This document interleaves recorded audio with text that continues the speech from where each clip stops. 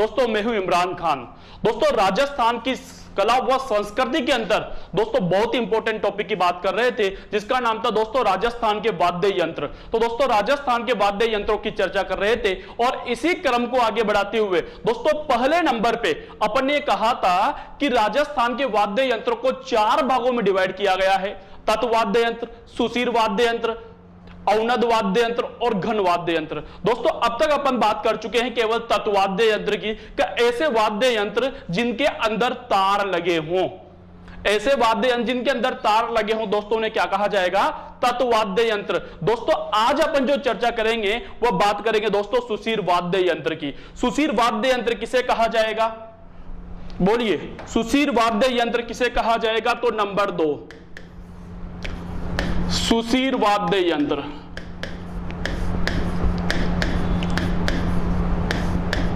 सुशीर वाद्य यंत्र। तो दोस्तों सुशीर वाद्य यंत्र किसे कहा जाएगा?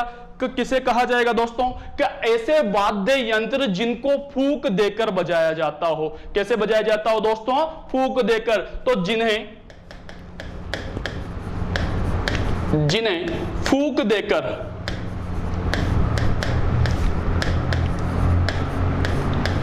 बजाया जाता हो, जिन्हें फूंक देकर बजाया जाता हो दोस्तों उन्हें क्या कहा जाएगा? तत्वाद्य यंत्र कहा, सुशीर वाद्य यंत्र कहा जाएगा, जिनमें फूंक दी जाएगी। तो सर इनको भी याद करने की आपके पास ट्रिक है क्या? हाँ क्यों नहीं है भाई, ट्रिक तो हर एक की है। तो बात करते हैं दोस्तों इसकी ट्रिक की। ट्रिक देखिए, ट्रिक क्या है? ट्रिक है दोस्तों इसकी, आपको याद कैसे करना है। याद दोस्तों मैं कंटिन्यू आप लोगों से एक बात कर रहा हूं कि आपको इस टॉपिक के अंदर केवल आप लोगों से वाद्य यंत्रों के नाम देकर उनके प्रकार पूछेगा या प्रकार देकर वाद्य यंत्रों के नाम पूछ लेगा।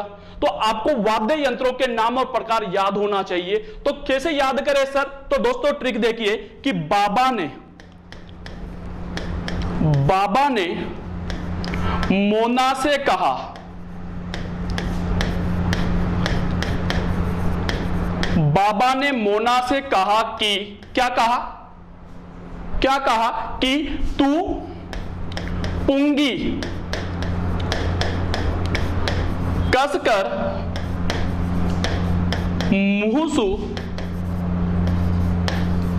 मुंहसू लगाओ।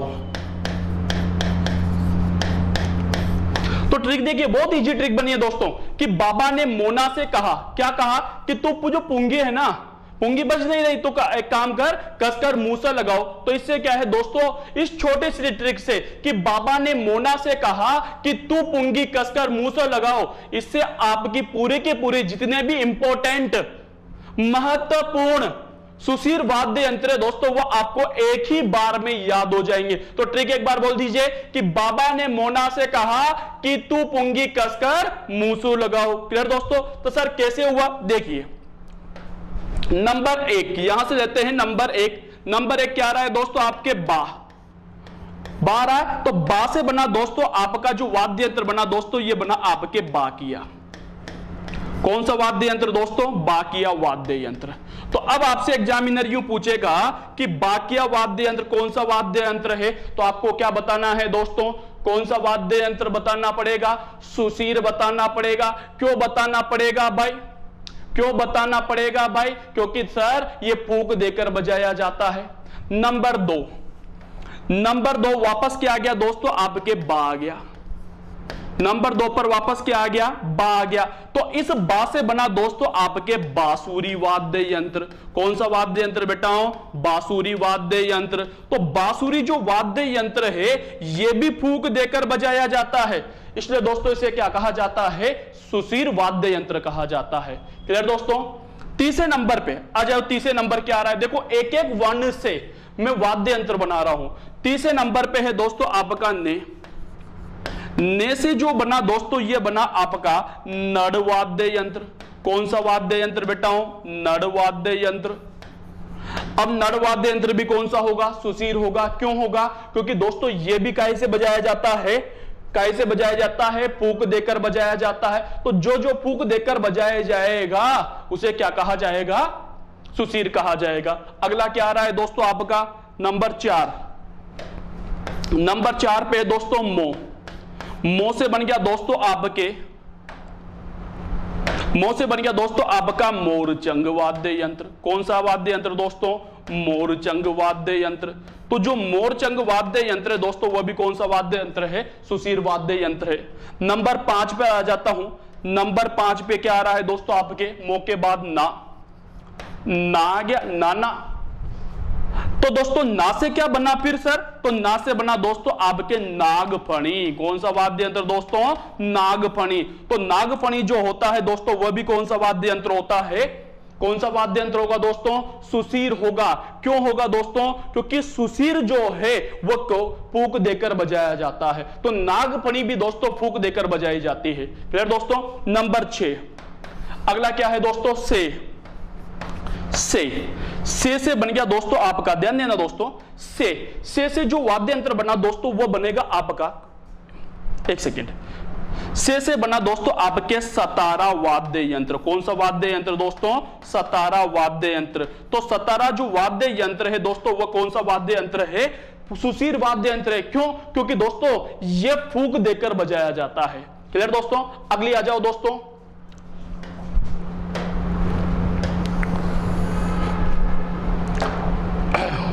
चलिए दोस्तों, से हो गया, कहा, यहां की तक साइलेंट रखना है आपको। ठीक है, अगला क्या है? नंबर 7। नंबर 7 बन गया बताओ आपका तू। नंबर 7 क्या आया दोस्तों? तू। तो तू से क्या बना दोस्तों आपके? तुरही। क्या बनेगा दोस्तों? तुरही वाद्य यंत्र। तो तुरही वाद्य यंत्र दोस्तों कौन सी श्रेणी का वाद्य यंत्र माना जाएगा? सुशीर वाद्य यंत्र माना जाएगा। क्लियर दोस्तों? अगला नंबर ले लेता हूं। अगला नंबर कौन सा है? नंबर 8। क्या आ रहा है? पुंगी। ये पुंगी हो गई, कालबेलिया जाति के द्वारा बजाई जाती है। तो पुंगी से क्या बन गया दोस्तों? पुंगी से बन गया पुंगी। पुंगी से क्या बना? पुंगी वाद्य यंत्र। देखिए छोटी सी ट्रिक के द्वारा पूरे वाद्य यंत्र याद हो रहे हैं आप लोगों को, कहीं जाने की जरूरत नहीं है दोस्तों। आप लोगों को एक ही बार में याद हो रहे हैं दोस्तों आप लोगों को। क्लियर दोस्तों? अगला क्या है? पुंगी की बात क। नंबर 9 दोस्तों क से दोस्तों आपका जो वाद्य यंत्र बनता है दोस्तों वो बनता है करना। कौन सा दोस्तों? करना वाद्य यंत्र। दोस्तों ये करना भी एक वाद्य यंत्र होता है। करना भी दोस्तों एक वाद्य यंत्र होता है जो कि फूंक देकर बजाया जाता है, और फूंक देकर बजाया जा रहा है इसलिए दोस्तों इसे क्या कहा जाएगा? सुशीर वाद्य यंत्र कहा जाएगा। क्लियर दोस्तों? क हो गया। अगला नंबर 10। नंबर 10 क्या आ रहा है दोस्तों? सह से बन गया दोस्तों आपका, सह से क्या बना दोस्तों? आप ही बता दीजिए यार। तो सह से क्या बना दोस्तों? सहनाई वाद्य यंत्र। कौन सा वाद्य यंत्र बेटाओ? सहनाई वाद्य यंत्र। तो सहनाई वाद्य यंत्र कौन सा वाद्य यंत्र है दोस्तों? कौन सा वाद्य यंत्र होगा?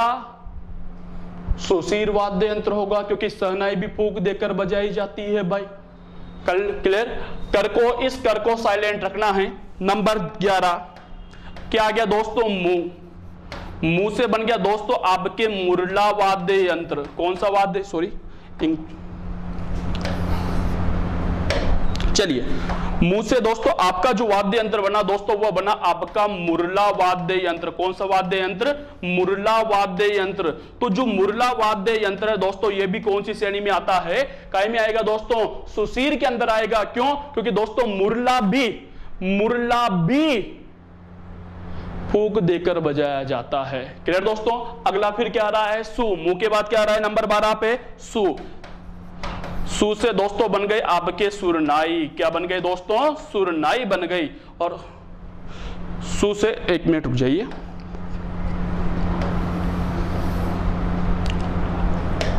चलिए, सु से दोस्तों क्या बनेगा आपका? सु से कौन सा वाद्य यंत्र बनेगा? सुरनाई बनेगा। कौन सा बनेगा दोस्तों? सुरनाई बनेगा। क्लियर दोस्तों? लेकिन दोस्तों ये हो गए आपके 12 वाद्य यंत्र।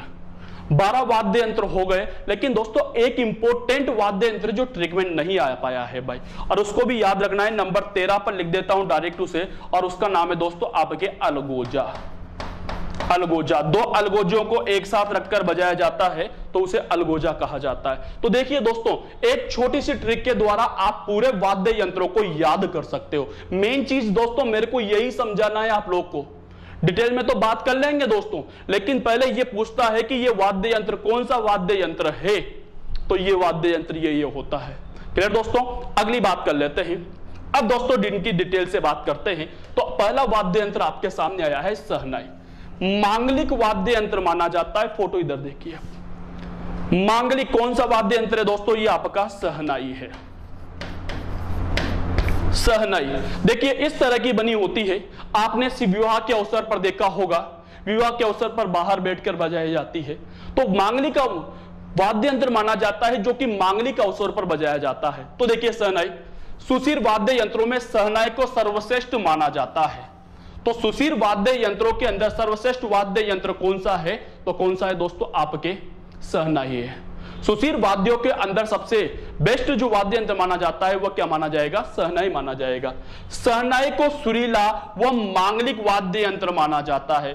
बहुत सुरीली होती है, आप सभी ने सुन रखी होगी शहनाई की आवाज तो। और दोस्तों कब बजाई जाती है कि मांगलिक अवसर पर बजाई जाती है, इसलिए दोस्तों इसे मांगलिक वाद्य यंत्र भी कहा जाता है।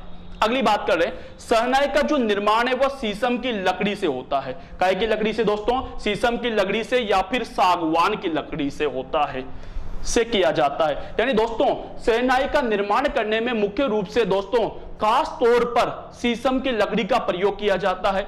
कई जगह पर दोस्तों सागवान की लकड़ी का प्रयोग भी कर लिया जाता है, लेकिन दोस्तों मुख्य रूप से जो शहनाई बनी होती है वह आपके शीशम के पेड़ की बनी होती है।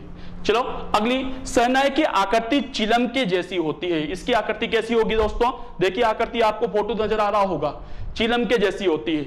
इसमें कुल 8 छेद होते हैं। इसके अंदर छेद कितने होते हैं, 8। 1 2 3 4 5 6 7 और ये 8। देखिए इसके अंदर टोटल छेद जो होते हैं दोस्तों, जिनसे आवाज निकलती है, सुरीली ध्वनि उत्पन्न होती है, उन छेदों की संख्या कितनी होती है, 8 होती है। इंपॉर्टेंट चीज बात करें कि शहनाई के प्रमुख वादक कौन है दोस्तों, तो वो कौन है दोस्तों, आपके बिस्मिल्लाह खां हैं। दोस्तों बिस्मिल्लाह खां को शहनाई वादक कहा जाता है, पद्मश्री सम्मानित है। शहनाई को सुंदरी भी कहा जाता है। शहनाई को विवाह के अवसर पर नगाड़े के साथ बजाया जाता है। जो शहनाई बजाई जाती है दोस्तों, आपने देखा होगा कि विवाह के अवसर पर बाहर देखा होगा आप लोगों ने, जहां पर विवाह होता है वहां पर नगाड़ा बजाते हैं, तो नगाड़े के साथ में दोस्तों जो वाद्य यंत्र बजाया जाता है वो कौन सी होती है, शहनाई होती है, जो कि सुरीली होती है, जो कि शीशम की लकड़ी की बनी होती है, जिसमें 8 छेद होते हैं। क्लियर। अगला वाद्य यंत्र ले लेता हूं। अगला वाद्य यंत्र आया है आपके अलगोजा। देखिए ये है अलगोजा, इस पर ध्यान ना देकर इधर ध्यान दीजिए। अलगोजा 4 छेदों वाला 2 बांसुरियां होती हैं। क्या होती है दोस्तों, 2 बांसुरियां। देखिए आप लोग 2 बांसुरी नजर आ रही होगी, दोनों टच में नजर आ रही होगी, एक तो ये और एक ये। तो इन दोनों बांसुरियों का जो संयुक्त रूप होता है, इन दोनों बांसुरियों का जो संयुक्त रूप होता है दोस्तों, ये आपके क्या कहलाता है, अलगोजा कहलाता है। तो अलगोजा दोस्तों 2 बांसुरियों का संयुक्त रूप है, फूंक देकर बजाया जाता है, इसलिए दोस्तों इसे क्या कहा जाता है, सुशीर कहा जाता है। क्लियर। अगली बात कर लेते हैं, अलगोजा कहां कहां पर बजाया जाता है। एक तो कोटा के अंदर, बूंदी, अजमेर और उसके साथ साथ अलवर जिलों में गुजर, मेव व धाकड़ जातियों के द्वारा बजाया जाता है। तो कहां पर, एक तो कोटा के अंदर, बूंदी के अंदर, अजमेर के अंदर। दोस्तों जो गुजर जाति के लोग हैं, जो धाकड़ जाति के लोग हैं, जो मेव जाति के लोग हैं, उनके द्वारा दोस्तों इस शहनाई का प्रयोग किया जाता है। अलगोजा वाद्य यंत्र राजस्थान के बाड़मेर में राणका फकीरों के द्वारा भी बजाया जाता है। राणका एक फकीर जाति होती है दोस्तों, उनके द्वारा भी इस वाद्य यंत्र का प्रयोग किया जाता है। यहां से इंपॉर्टेंट क्वेश्चन क्या है, 2 बांसुरियों का संयुक्त रूप क्या कहलाता है, अलगोजा कहलाता है। दूसरा इंपॉर्टेंट क्वेश्चन क्या है यहां से, अलगोजा कौन सा वाद्य यंत्र माना जाता है, तो अलगोजा दोस्तों आपकी फूंक देकर बजाया जाता है, इसलिए कौन सा वाद्य यंत्र माना जाता है, सुशीर वाद्य यंत्र माना जाता है। क्लियर। अगले क्वेश्चन की ओर ले चलता हूं, या अगले की ओर चलता हूं, बांसुरी। अब तक आपने शहनाई पढ़ी है, बांसुरी दोस्तों आपका प्राचीन वाद्य यंत्र भी माना जाता है। कृष्ण भगवान के टाइम का वाद्य यंत्र है दोस्तों, आपने देखा होगा। तो बांसुरी बांस की खोखली लकड़ी से बनी होती है। जो बांसुरी होती है वो बांस की खोखली जो लकड़ी बनी है उससे बनी होती है। यानी बांसुरी का निर्माण बांस से किया जाता है। कहने का अर्थ यह है स्वरों के लिए बांसुरी में कुल 7 छेद होते हैं। कितने होंगे दोस्तों? 7 छेद होते हैं। इसके अंदर जो टोटल छेदों की संख्या है वो कितनी है? 7। दिख रहा हो तो देखिए 1 2 3 4 5 6 और 7। देखिए सहनाई, ध्यान देना दोस्तों, चिलम के आकार की होती है जिसमें छेदों की संख्या 8 होती है। सहनाई चिलम के आकार की होती है जिसमें छेदों की संख्या 8 होती है, जबकि बांसुरी के अंदर, अंतर बता रहा हूं दोस्तों, जिसमें बांसुरी के अंदर जो छेदों की संख्या होती है दोस्तों वो कितनी होती है? 7 होती है। क्लियर? अगला बांसुरी के प्रमुख वादक याद करना, हरि प्रसाद चौरसिया। दोस्तों इंपॉर्टेंट है, बहुत ही ज्यादा मोस्ट है कि दोस्तों ये वाला नाम हरि प्रसाद चौरसिया ज्यादा पूछा जाता है कि बांसुरी के प्रमुख कलाकार कौन हैं। तो बांसुरी के जो प्रमुख कलाकार होते हैं, प्रमुख कलाकार है दोस्तों वह कौन है? हरि प्रसाद चौरसिया हैं, जो पन्ना भी हैं। ठीक है दोस्तों, पन्नालाल घोष भी हैं, लेकिन अधिकांशतः पेपरों में जो आता है वह हरि प्रसाद चौरसिया ज्यादा पूछा जाता है। इसलिए याद रखना कि बांसुरी के प्रमुख कलाकार कौन है? हरि प्रसाद चौरसिया हैं। चलिए अगला, जानी पहचान लग रही होगी दोस्तों, इसे कहा जाता है पुंगी। पुंगी वाद्य यंत्र दोस्तों कालबेलिया जाति के द्वारा यूज किया जाता है। कालबेलिया जाति के द्वारा सांप पकड़ने के लिए दोस्तों इस वाद्य यंत्र का प्रयोग किया जाता है। यह वाद्य यंत्र मुख्य रूप से कालबेलिया जाति का प्रमुख वाद्य यंत्र माना जाता है। चलिए देखते हैं, पुंगी छोटी लौकी की तुम्बे, लौकी तो जानते हो ना, तो लौकी के तुम्बे की बनी होती है, इससे बनाई जाती है। पुंगी को कालबेलिया जाति, कौन सी जाति दोस्तों? कालबेलिया जाति किस काम के लिए यूज करेगी दोस्तों? सांप को पकड़ने के लिए। तो दोस्तों पुंगी को कालबेलिया जाति के जो लोग हैं वह सांप पकड़ने के लिए वह नृत्यों के दौरान विशेष रूप से बजाते हैं। तो इस पुंगी का जो प्रयोग किया जाता है मुख्य रूप से कौन सी जाति के द्वारा किया जाएगा? कालबेलिया जाति के द्वारा सांप पकड़ते समय और नृत्य करते समय दोस्तों पुंगी वाद्य यंत्र का प्रयोग किया जाता है। यह तुम्बे की लकड़ी का बना होता है, यानी जो लौकी होती है उस लौकी का बना होता है। अगला वाद्य यंत्र ले लेता हूं नंबर 5 पर, मशक। देखिए इस तरह की होती है, पश्चिमी राजस्थान में ज्यादा बजाई जाती है दोस्तों। ये मशक है, इसमें फूंक देकर 1 2 3 4 5 इनमें फूंक देकर बजाया जाता है। ये एक वाद्य यंत्र दोस्तों, ये इसका नाम होता है मशक। चलिए मशक वाद्य यंत्र चमड़े से निर्मित होता है। काय का बना होता है दोस्तों? ये चमड़े का बना होता है। मशक वाद्य यंत्र को मांगलिक अवसरों पर बजाया जाता है। जैसे आपके सहनाई वाद्य यंत्र मांगलिक अवसर पर बजाई जाती है, उसी प्रकार दोस्तों मशक वाद्य यंत्र भी मांगलिक अवसर पर ही बजाया जाता है। दोस्तों दूसरी बात कर रहा हूं मैं दोस्तों, पहली बात तो मांगलिक अवसर पर हो गया। अब आपके घर पर कोई मेहमान आ गया दोस्तों, अगर कोई मेहमान आ गया और उसकी स्वागत करना है तो स्वागत करने के लिए भी दोस्तों किस वाद्य यंत्र का प्रयोग किया जाता है? मशक का प्रयोग किया जाता है। तो देखिए राजस्थान में प्राचीन काल में से ही अतिथि सत्कार हेतु मशक वाद्य यंत्र को बजाया जाता है। तो दोस्तों अगर आपके घर के अंदर कोई मेहमान आ जाता है, कोई अतिथि आ जाता है, तो उसके स्वागत के लिए, उसके सम्मान के लिए जो वाद्य यंत्र बजाया जाता है दोस्तों वह कौन सा होता है? मशक होता है। बेरूजी के बोपे मशक वाद्य यंत्र का विशेष रूप से प्रयोग करते हैं। कोई इंपोर्टेंट नहीं है, यहां पर बात करूंगा। श्रवण कुमार ने मशक वाद्य यंत्र को अंतरराष्ट्रीय स्तर पर ख्याति दिलाई है। बहुत इंपोर्टेंट चीज लाइन। इसके जो प्रमुख कलाकार हैं लिख लीजिए अलग से, प्रमुख कलाकार। मशक के जो प्रमुख कलाकार माने जाते हैं दोस्तों वो माने जाते हैं श्रवण कुमार। मशक के जो प्रमुख कलाकार माने जाएंगे दोस्तों वह कौन माने जाएंगे? श्रवण कुमार। दोस्तों इन श्रवण कुमार ने इस मशक की कला को, मशक बजाने की कला को अंतरराष्ट्रीय, भारत में ही नहीं दोस्तों पूरे वर्ल्ड में दोस्तों इसको पहचान दिलाई थी दोस्तों, इसलिए ये फेमस ज्यादा हो गए। नंबर 6 वाद्य यंत्र देखिए आप, बाकिया। बाकिया जो है दोस्तों इस तरह का होता है। ये जो बाकिया है, बाकिया दोस्तों ये पीतल का बना हुआ होता है। काय का बना होगा? पीतल का। इस तरह का टेढ़ा मेढ़ा होता है, यहां से फूंक दी जाती है और यहां से ध्वनि उत्पन्न होती है, यहां से दोस्तों ध्वनि उत्पन्न होती है। इस तरह का जो वाद्य यंत्र होता है दोस्तों ये बाकिया है। तो बाकिया पीतल धातु, कौन सी धातु का बना होता है? पीतल धातु का बना होता है। बाकिया की आकृति बिगुल जैसी होती है। कैसी होती है? बिगुल के समान। देखिए आप इस तरह का बना होता है। बाकिया सरगढ़ों का खानदानी वाद्य यंत्र माना जाता है। सरगढ़ा जाति दोस्तों एक जाति विशेष ही है। ये जो जाति है राजस्थान के पश्चिमी राजस्थान में पाई जाती है। राजस्थान के अंदर पश्चिमी राजस्थान जैसलमेर है, बीकानेर है, बाड़मेर है, वहां पर दोस्तों ये जाति पाई जाती है। तो सरगढ़ा जाति जो है उनका खानदानी वाद्य यंत्र माना जाता है। तो आपसे हालांकि बहुत ही हाई क्वेश्चन बन जाता है, लेकिन ये पूछ लिया जाए कि सरगढ़ा जाति का खानदानी वाद्य यंत्र कौन सा है, तो बाकिया है। ठीक है, बाकिया वाद्य यंत्र के साथ ढोल बजाया जाता है और कांसे की थाली बजाई जाती है। क्या बजाया जाएगा दोस्तों, एक तो ढोल बजाया जाएगा और एक कांसे की थाली बजाई जाती है। कांसे की थाली का प्रयोग दोस्तों पुत्र के जन्म के अवसर पर भी किया जाता है, यह भी ध्यान रखना। बाकिया वाद्य यंत्र को मांगलिक अवसरों पर बजाया जाता है। इसे कब बजाया जाता है, मांगलिक अवसरों पर। कौन सी जाति के द्वारा, सरगढ़ा जाति के द्वारा बजाया जाता है। क्लियर दोस्तों, अगला ले चलता हूं। अगला वाद्य यंत्र बुंगल, और बुंगल को ही कहा जाता है रणबेरी। देखिए इस तरह की बनी होती है।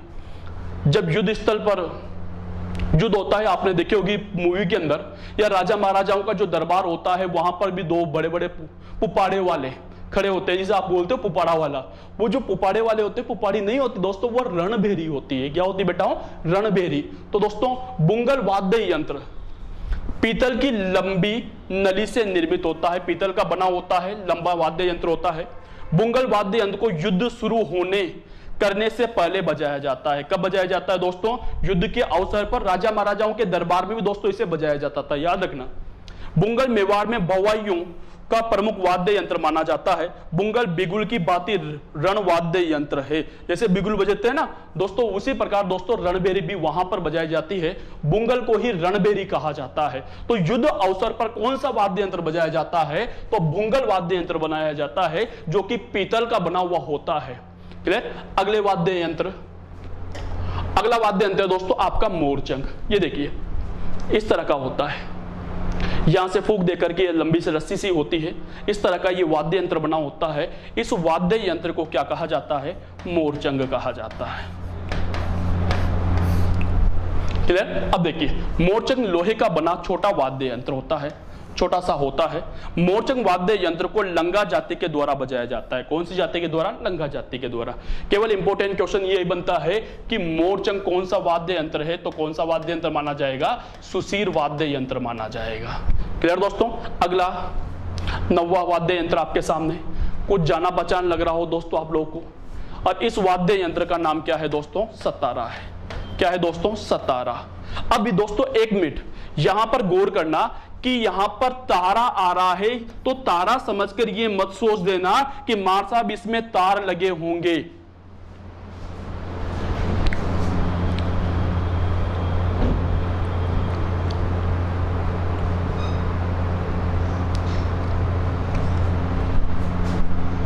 तो अगला वाद्य यंत्र दोस्तों सतारा। दोस्तों सतारा वाद्य यंत्र अलगोजा, बांसुरी व शहनाई का मिश्रण है। यानी दोस्तों अलगोजा, बांसुरी व शहनाई। दोस्तों ये सतारा नहीं है, ये ध्यान रखना, गलत फोटो लग गया यहां पर। तो अलगोजा, बांसुरी व शहनाई का जो मिश्रण होता है दोस्तों, अलगोजा दो बांसुरियों का मेल, एक बांसुरी और शहनाई, तीनों को मिलाकर अगर कोई वाद्य यंत्र बनाया जाता है तो उसे क्या कहा जाता है, सतारा कहा जाता है। मोस्ट लगा के लिख लेना दोस्तों। क्लियर दोस्तों। तो दोस्तों सतारा क्या होता है, वापस ध्यान दीजिएगा, सतारा क्या होता है, सतारा होता है शहनाई, बांसुरी और आपके अलगोजा, तीनों का मिश्रण जो होता है, तीनों का जो मिश्रण होता है दोस्तों, उसे क्या कहा जाता है, सतारा कहा जाता है। दोस्तों सतारा वाद्य यंत्र का प्रयोग बाड़मेर में और जैसलमेर के अंदर जो जनजातियां हैं तथा लंगा जाति के जो लोग हैं उनके द्वारा किया जाता है। क्लियर दोस्तों। तो बाड़मेर की लंगा जाति के द्वारा दोस्तों और जनजातियों द्वारा इसका प्रयोग किया जाता है। मेन क्वेश्चन यही बनता है आप लोगों से कि अलगोजा, बांसुरी और शहनाई का संयुक्त रूप होता है, तो कौन सा होता है दोस्तों, वह सतारा होता है। क्लियर दोस्तों। अगला 68 नड़। अगला है दोस्तों आपका नड़। नड़ क्या होता है दोस्तों, तो यह वाद्य यंत्र बेत व कंगोर की लकड़ी से निर्मित होता है। बेत की एक लकड़ी होती है दोस्तों, उस लकड़ी से बना होता है। ये देखो आप नड़ का फोटो नीचे लगा हुआ है। नड़ वाद्य यंत्र का सर्वाधिक प्रयोग जैसलमेर जिले में किया जाता है। नड़ वाद्य यंत्र सिंधी संस्कृति का पूर्ण प्रभाव माना जाता है। दोस्तों ये याद रखना आप लोग कि नड़ वाद्य यंत्र पर सिंधी संस्कृति का प्रभाव माना जाता है। क्लियर दोस्तों। नर वाद्य यंत्र को भैरव का गुणगान करते समय बजाया जाता है। राजस्थान में बांसवाड़ा जिले में कर्णाभील, दोस्तों इस इंपॉर्टेंट मोस्ट करके मान देता हूं मैं, इसके जो प्रमुख कलाकार माने जाते हैं, नर के जो प्रमुख कलाकार माने जाते हैं दोस्तों, वो माने जाते हैं आपके कर्णाभील। कर्णाभील दोस्तों, जो कर्णाभील हैं ये नर के प्रमुख कलाकार माने जाते हैं। लेकिन दोस्तों ये नर के साथ साथ दोस्तों, नर के लिए तो फेमस है ही सही दोस्तों, लेकिन दोस्तों यह अपनी लंबी मूंछों के कारण, अपनी लंबी मूंछों के कारण वर्ल्ड में प्रसिद्ध है। लंबी मूंछों के कारण विश्व प्रसिद्ध है। दोस्तों इनकी बहुत लंबी मूंछें हैं कर्णाभील की, जो कि नर के प्रमुख कलाकार माने जाते हैं। क्लियर दोस्तों, तो कर्णाभील ने दोस्तों इसको विश्व स्तर पर पहचान दिलाई थी, जिनकी वर्ल्ड के अंदर सबसे लंबी मूंछें भी हैं भाई। क्लियर दोस्तों, तो ये थे दोस्तों आपके सुशीर वाद्य यंत्र, इनके बारे में अपन चर्चा कर रहे थे दोस्तों। इसी तरह मुख्य रूप से फिर बोलूंगा दोस्तों, आप लोगों से क्वेश्चन क्या आएगा कि मुख्य रूप से क्वेश्चन यही पूछा जाता है कि निम्न में से कौन सा वाद्य यंत्र तत्ववाद्य है, कौन सा सुशीर है। इसमें से दोस्तों डिटेल के साथ थोड़ी थोड़ी चीजें मैंने आप लोगों को समझाने की कोशिश की है। अगले क्लास के अंदर आऊंगा वापस आप लोगों के सामने अग्नि वाद्य यंत्रों को लेकर। जैसे अपन के अवनद वाद्य यंत्र भी शेष है दोस्तों, घन वाद्य यंत्रों की चर्चा करनी बाकी है, तो उनकी जो चर्चा अगली क्लास के अंदर करेंगे। आज की क्लास को यहीं समाप्त करता हूं। थैंक यू, शुक्रिया, धन्यवाद दोस्तों।